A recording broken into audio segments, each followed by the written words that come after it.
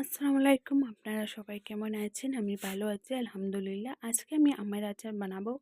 তো এখানে আমি আমার যা যা মসলা লাগবে তাই আমি তৈরি করে নিচ্ছি, ভেজে নিচ্ছি। তো এখানের মধ্যে কালো জিরা, মেথি, শস্য, সাদা শস্য আর মুড়ি রাখবে, কুয়া মুড়ি।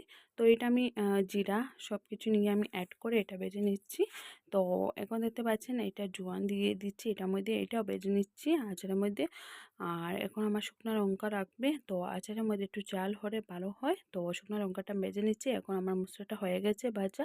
তো আমি গ্রাইন্ড করে নিচ্ছি, গ্রাইন্ড হয়ে গেছে। তো আমার গ্রাইন্ড হয়ে গেছে মশলাটা। এখন আমি রসুন আর কাঁচা লঙ্কাটা আমি একটু দেখাচ্ছি। আমি আস্তা 4টা রসুন দিয়েছি, আচারের মধ্যে ভালো হয় দিলে। তো এখন একটা কড়াইয়ের মধ্যে সরষের তেলটা দিয়ে দিচ্ছি।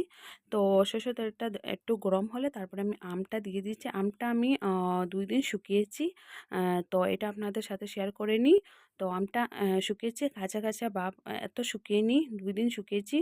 তো একটু কাঁচা কাঁচা ভাব হলে ভালো হয়। তো এখন আমি এটার মধ্যে লবণ দিয়ে দিয়েছিলাম, তো একটু মরিচের পাউডার, হলুদের পাউডার দিয়েছিলাম। আমি ভিডিও করতে পারিনি। তো এখন আমি রসুন, কাঁচা লঙ্কা দিয়েছি। তো দিয়ে এটা ভালো করে মিক্স করে নিচ্ছি। তো এখন আমি এটার মধ্যে দিয়ে দিচ্ছি কি বলবো, মশলা যেটা করে নিয়েছিলাম এটা দিয়ে দিয়েছি। আর শস্যটা দিয়ে দিয়েছি, আস্তা শস্য, সাদা শস্যটা। এখন আমার যা মশলা ছিল সব কিছু আমি এটার মধ্যে দিয়েছি। তো দিয়ে এখন ভালো করে মিক্স করে নিয়েছি। এখন আমার আচারটা হয়ে গেছে কমপ্লিট। তো দেখতে পাচ্ছেন কি সুন্দর কালারটা হয়েছে, এটা শুকনো আচার। তো এখন আমি ভিনেগার দিয়ে দিয়েছিলাম। তো আমার আচারটা কমপ্লিট হয়ে গেছে। তো আমার ভিডিওটা ভালো লাগলে প্লিজ আমার চ্যানেলটা সাবস্ক্রাইব করবেন, লাইক করবেন, শেয়ার করবেন।